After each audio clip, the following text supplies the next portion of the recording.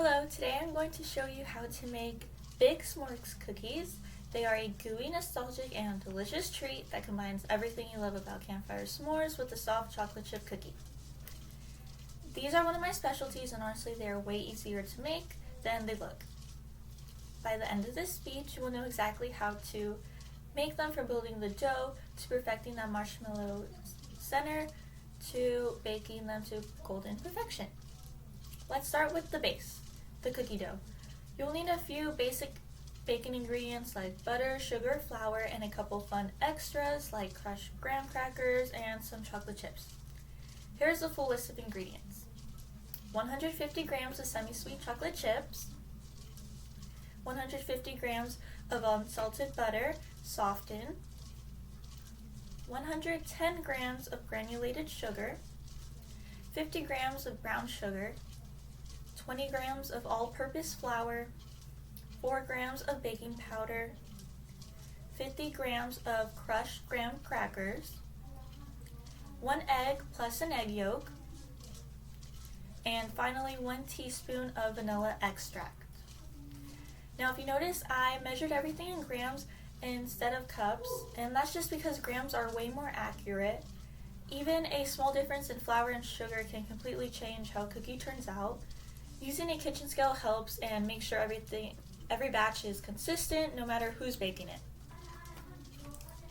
As food writer Rose from All Recipes explains, volume measurements can be surprisingly unreliable because things like flour can compress, leading to very different results. Rose 2021.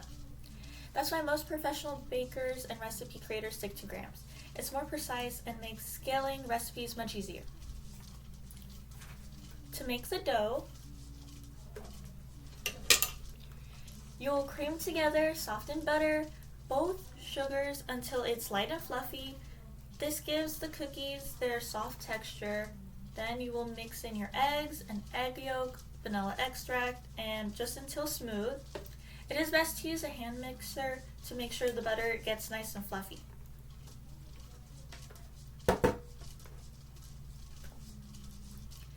Before adding your dry ingredients, be sure to shift the flour.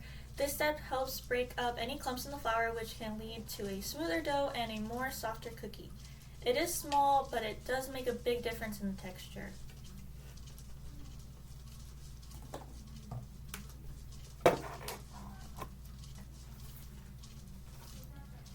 And at this point, I will give a small warning not to overmix. It can be tempting, especially when the dough starts looking good, but overmixing activates gluten in the flour, which can make your cookie dough tough and dry, which is what we want to avoid. According to an article from Epicurious, overmixing causes too much gluten to develop, leading to dense, chewier results when you want a soft and tender cookie. Epicurious 2021. So once the dry ingredients go in, mix just enough to combine, then fold in your chocolate chips and crushed graham crackers. After that, you will roll in your dough into 80-gram balls and chill them in the fridge for at least 1 hour. This is one of the most important steps when you chill your dough. The butter has to solidify, and then the flour has time to hydrate, which leads to a thicker and richer cookie. As food editor Victoria Spencer at the Martha Stewart website says, refrigerating cookie dough concentrates its flavors and prevents cookies from spreading too much during baking. Spencer 2025. So even though it takes extra time, it will be worth it in the end. Then while your dough chills, we will move on to talk about the marshmallow center.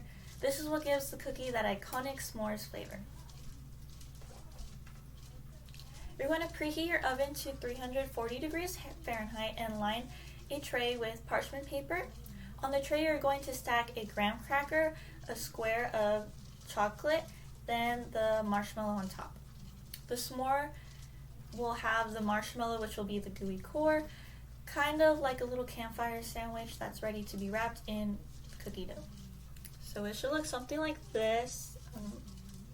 It looks like a s'more just without the top of the graham cracker. Once your dough is chilled, Take each ball and flatten it into a disc, also slightly hollowed. Gently wrap it around the marshmallow stack, making sure it's completely enclosed. This part can get a little messy, but trust me, it bakes into something really amazing. So it should look something like this. You want to try to wrap the dough over the stack as much as possible.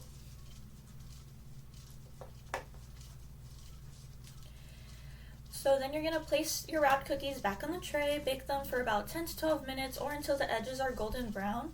You're going to let them cool slightly, just so that the cookie isn't too hot, but the center of the marshmallow is nice and warm. The result? A cookie that's crispy at the edges, soft in the middle, filled with the marshmallow chocolate combo we all love from s'mores.